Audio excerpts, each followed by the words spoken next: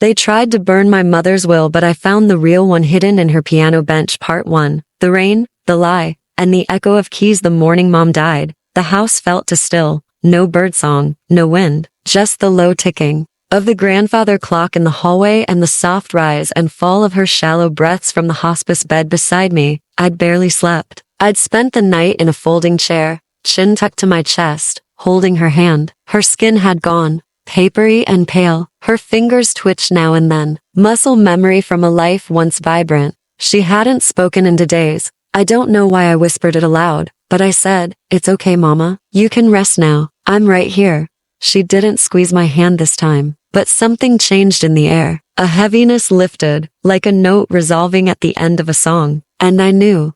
I looked up. Her chest no longer moved. She was gone. My mother, Lorraine Carter, was gone. I didn't cry right away. I sat there holding her hand until the nurse arrived and gently placed a hand on my shoulder. The funeral was 3 days later. It rained the whole time. Not a dramatic, cinematic downpour, just a cold drizzle that soaked the grass and made everyone's black clothes cling. I stood beside her casket in my late father's coat, too large on my shoulders but warm in its familiarity. Leela arrived 15 minutes late, in a slick black trench coat and stilettos that sank in the mud with every step. Her son Declan followed behind, dressed like he was walking into a tech startup. Pitch-tight slacks, patent shoes, and a blazer that still had creases from being folded in his suitcase. Leela gave me a stiff hug. She smelled like designer perfume and detachment. "Meredith," she said in her crisp Miami accent, "I came as soon as I could. She died 4 days ago." I replied flatly. She blinked. "I booked the earliest flight. And Declan had exams. I'm sure Mom would have understood," I said, even though I knew she wouldn't have. Mom had always longed for a warm, familial kind of closeness with Leela, the kind they only ever pretended to have. Leela called twice a month, always on speaker while she multitasked. Her texts were short and mostly asked about updates or financial decisions. Her visits came once a year, sometimes less, but Mom still left her a bedroom untouched, even after 5 years of her not sleeping in it. After the service, everyone gathered at the house. Some brought casseroles, others brought silence. I played hostess the best I could while feeling like the walls were closing in. Leela took over Mom's bedroom like it still belonged to her. That night, while I was washing dishes alone, Leela tapped her French manicured nails on the kitchen table and said, "We should talk about the estate." My stomach turned. "We don't need to do this now," I said. She leaned back, sipping the decaf coffee I'd made for her. "Better to get it sorted early. Declan has school, and there's the house, the accounts, the piano." I froze. "What? About the piano?" She raised an eyebrow. "You really want that old thing? You barely play anymore." I dried my hands slowly. "It was Mom's favorite. She said she wanted me to have it." She gave a half smile. "Let's not argue over furniture." I had something drawn up. She pulled a folder from her bag already prepared, like she'd expected resistance. "This is the most recent will. It was filed 3 months ago. I had it verified by our family attorney in Miami." I opened the folder. The signatures looked real. The seal was official, but as I read the contents, I felt my chest tighten. The house, to Leela. The joint savings account, to Declan. The remaining possessions, to be liquidated and evenly distributed. The piano, listed as a donation to charity. There was no mention of me, not by name, not even an acknowledgement. I looked up. My voice caught between rage and heartbreak. "Where's the will she made 2 years ago? The one with Linda Chase?" Leela didn't blink. "That wasn't notarized properly. This one's cleaner. Legal." "No, that one was notarized. I was there. She had it signed in front of 2 witnesses. She left this house to me, Leela. She left the piano to me." Leela's expression hardened. "Things change." Declan, lounging nearby, added lazily, "We're a family, Meredith. You don't want to make this messy." "Messy?" I hissed. "You erased me."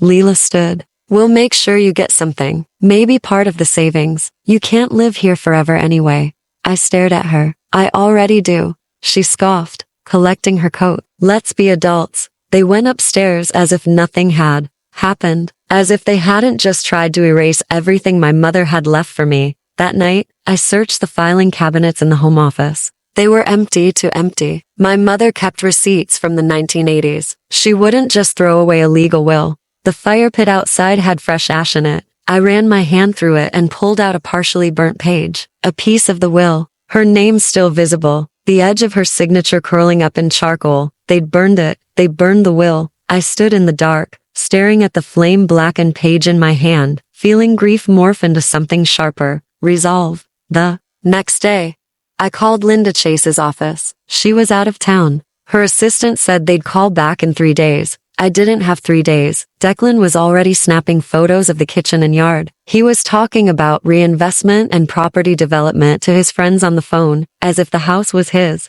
Leela started hinting about a quick sale. Before market dips, she said with rehearsed concern, Mom had trusted me. She knew what they were like. She'd said so herself the night we revised the will, how Leela was opportunistic, how Declan saw people as stepping stones. That's why I'm leaving it to you, Mare. You'll protect what I built. I sat at the piano that evening, hands trembling as they hovered above the keys. Middle C stuck. It always had, even after all these years. And then I remembered something. 10 years ago, Mom reupholstered the piano bench cushion herself. She'd joked, this old bench is like a secret chest. No one ever looks inside. I stood, ripped off the cushion, and opened the seat. Inside, sheet music, a faded recital photo, and an envelope.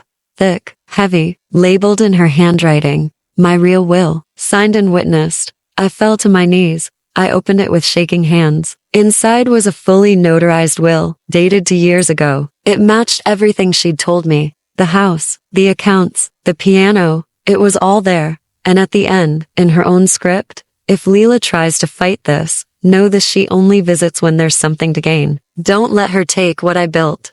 The battle for the truth. I didn't sleep that night. The envelope with Mom's reel will lay open on the coffee table, weighted by a photo of us from my high school graduation, her hand on my shoulder, her face proud and soft. I kept staring at her handwriting. It was like she was still speaking to me, still watching, still protecting. By dawn, I was sitting with a strong cup of coffee and dialing the only person I trusted besides Mom, Linda Chase, law offices. Came the voice on the other end. Hi, this is Meredith Carter. I need to speak to Miss Chase. It's urgent. It's about my mother's estate. There was a pause. Meredith, I'm so sorry. I heard about your mom. Linda just got back in town. Let me connect you. A soft click. Then her voice, warm but edged with sharpness. Meredith, Linda, I breathed. They burned the will. Within an hour, I was in Linda's office. The real will spread across her desk like a sacred relic. Her eyes moved over the pages slowly, carefully. Her lips tightened. She leaned back in her chair and tapped her pen against her legal pad. This, she said finally, is valid. It has all 3 signatures. It was witnessed and notarized. I was there. It's the one your mother intended. She hid it in her piano bench, I said. She knew they'd come for it. Linda gave a bitter smile. She always was one step ahead, but we'll need to move quickly. If they filed the fake will already, we'll have to contest it in probate court. And if they claim this version is forged or manipulated, we'll need every piece of evidence on your side. I took a breath. They burned it, Linda. The fake one is already in play. Then let's drag it into the light. Leela was furious when the formal challenge was filed. Furious and composed, her specialty.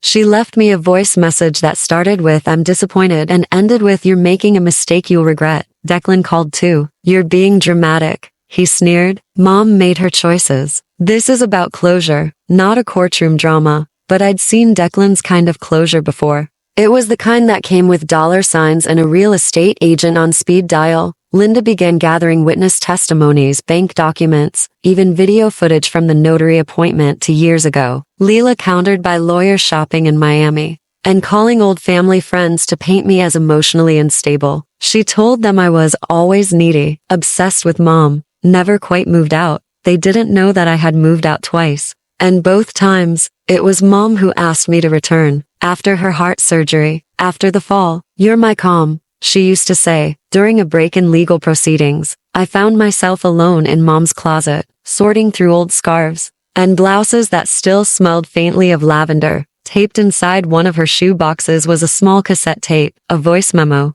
dated 8 months before her death. I dug out an old player and pressed play. "Meredith," her voice crackled, weaker than I remembered but unmistakable. "If you're listening to this, they found the first will before you did. That's Okay, I had a feeling. Leela's always had ambitions. I rewrote everything after your birthday. You deserved more than what she gave you growing up. I couldn't fix it then, but I can now. This house is yours. You cared for it. You cared for me. That's what matters. I love you. I sat there sobbing, the player still running its quiet static. Meanwhile, Declan's arrogance grew louder. He started telling friends online that he was about to inherit a property in New England captioned with aerial drone shots. He'd taken of the house without my permission. I reported the posts. They were taken down, but the audacity lingered. Linda filed a restraining order barring Leela and Declan from entering the house during probate. They fought it, lost, but still drove by every other day, parking just long enough to remind me they were watching. One evening,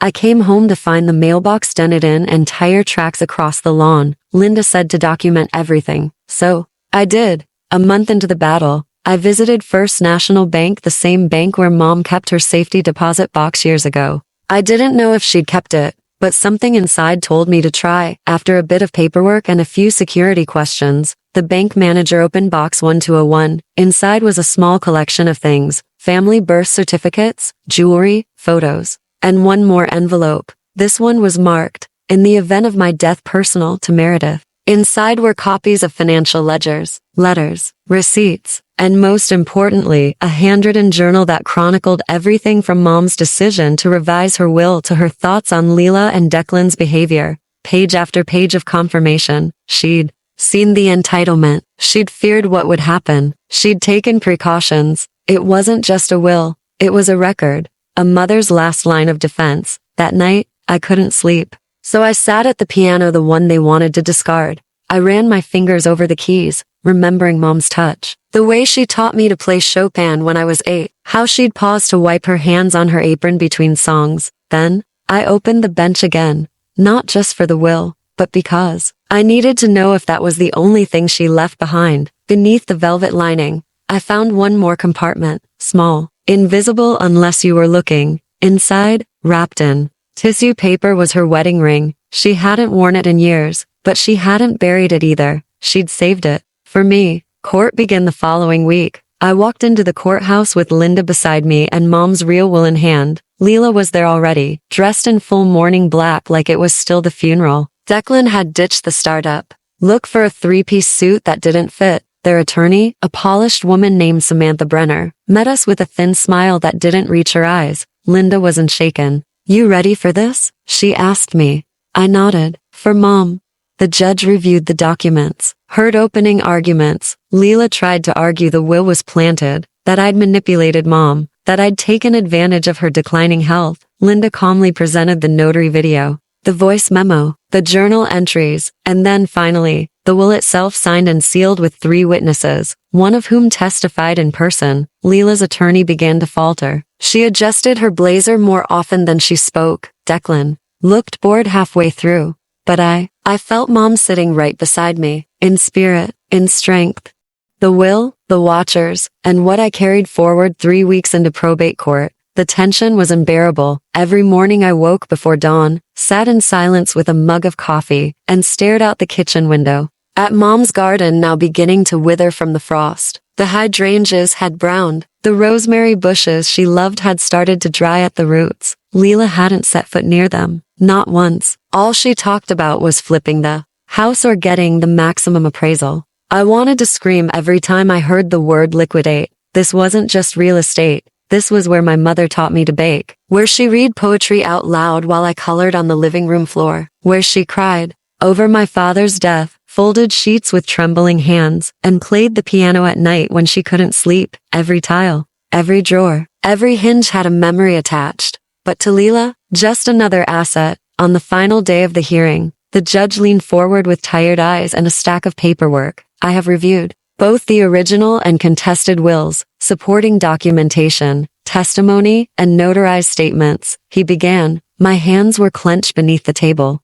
Linda gently tapped my wrist, a reminder to breathe. The evidence overwhelmingly supports that the revised will, submitted by Miss Meredith Carter and witnessed by Linda Chase, is legitimate and reflective of the late Lorraine Carter's intentions. Leela stiffened. The judge continued. Therefore, the estate shall be distributed according to that document. The house, possessions, piano, and primary account are to go to Miss Meredith Carter. Any remaining assets shall follow the provisions within that document. He closed the file with finality. This court is adjourned. For a moment, I sat frozen. Then I heard it, Declan's foot tapping impatiently, Leela's sharp inhale, the whisper of people gathering their bags, and then came the release. I exhaled all the grief, betrayal, and rage I had been holding in since Mom died. Justice. It had arrived quietly, firmly, and without apology. Outside the courtroom, Leela rushed after me. You know this isn't fair, she hissed. I turned slowly. What's not fair, Leela? That Mom didn't reward you for disappearing for 5 years? That she didn't forget the time you told her she wasted her life caring for a house instead of traveling the world with your fancy second husband? Her lips pressed into a tight line. You manipulated her. No, I stayed. You didn't. Declan piped up. You're not going to keep all of it, right? You'll give something back, right? I already did, I said, stepping closer. I gave you chances. I gave you silence when you deserved confrontation. I gave you the benefit of the doubt. They said nothing. I turned to walk away, but Leela called out, she would be ashamed of you. That made me stop. I turned back and said it with steel in my throat. She was ashamed of what you'd become. That's why she made the will without you. She wasn't stupid, Leela. She just wanted to believe you had some goodness left. And with that, I walked out of the courthouse into the cold, gray light of a new day. Back at the house, the first thing I did was take off my shoes and sit at the piano. Not to play, just to sit, to feel it beneath me, to breathe. The sun angled through the window just right, lighting up the dust in the air like a quiet halo. I could almost hear Mom humming in the kitchen, the faint rattle of her tea mug as she added honey. I opened the bench again. Her handwriting was still on the inside lid. For Meredith always. In the following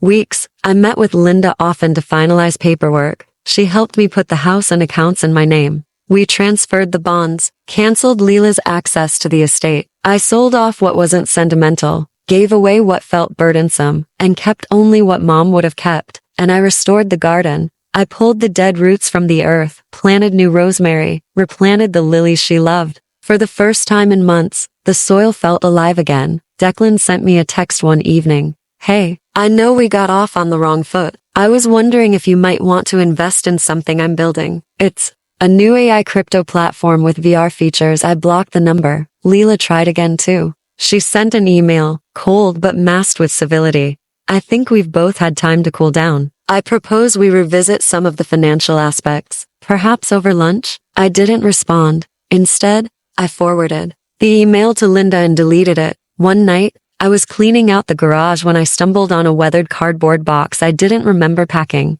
It was labeled simply, for later. Inside, a quilt Mom had made from scraps of my childhood clothes, a copy of her favorite poetry book with her notes in the margins, and a letter handwritten on thick paper. Meredith, if you're reading this, I probably couldn't say everything I wanted to in person. You were always my steady one, my peace. The daughter who stayed when everything else shifted like sand. I'm sorry I didn't always protect you from Leela's cruelty. I was trying to keep our family whole, even when it was falling apart. I see you. I always saw you. And I hope you'll forgive me for not saying it enough. I left you the house because you loved it, not because you needed it. I left you the piano because you listened even to the quiet things. I left you the will because I knew they'd come for it. But most of all, I left you this. The knowledge that real love doesn't ask you to disappear. Be bold now. Take risks. Live loudly, Meredith. You've earned that. Love always, Mom. I cried that night harder than I did at the funeral. Not because I was sad, but because I had been seen. All of me. And for the first time since Mom died, I felt ready to live again. 2 months later, I hosted a small dinner for the neighbors and old friends who had helped during her illness. I lit candles, served her favorite soup, and played a short melody on the piano before dessert, just something simple. Afterward, Mrs. Hanover from next door took my hand and said, she'd be proud of you, you know. I nodded, throat tight. I hope so. You didn't let them win. That matters. Yes, I thought it did. In spring, I turned Mom's old sewing room into a writing nook. I opened the windows. I painted the walls. I even planted a lemon tree outside, something she always talked about but never got around to. And every morning, I sat with a cup of tea, opened the piano bench, and read one page from her old journals, each entry a breadcrumb, a map, a reminder. Leela and Declan didn't come back. Declan's startup collapsed again. He rebranded himself as a life strategist on Instagram. Last I checked, he was selling online courses with titles like Own Your Legacy, Lessons from the Will. I laughed so hard I had to lie down. Leela moved to Arizona to reset. She sent a Christmas card the first year. I never opened it.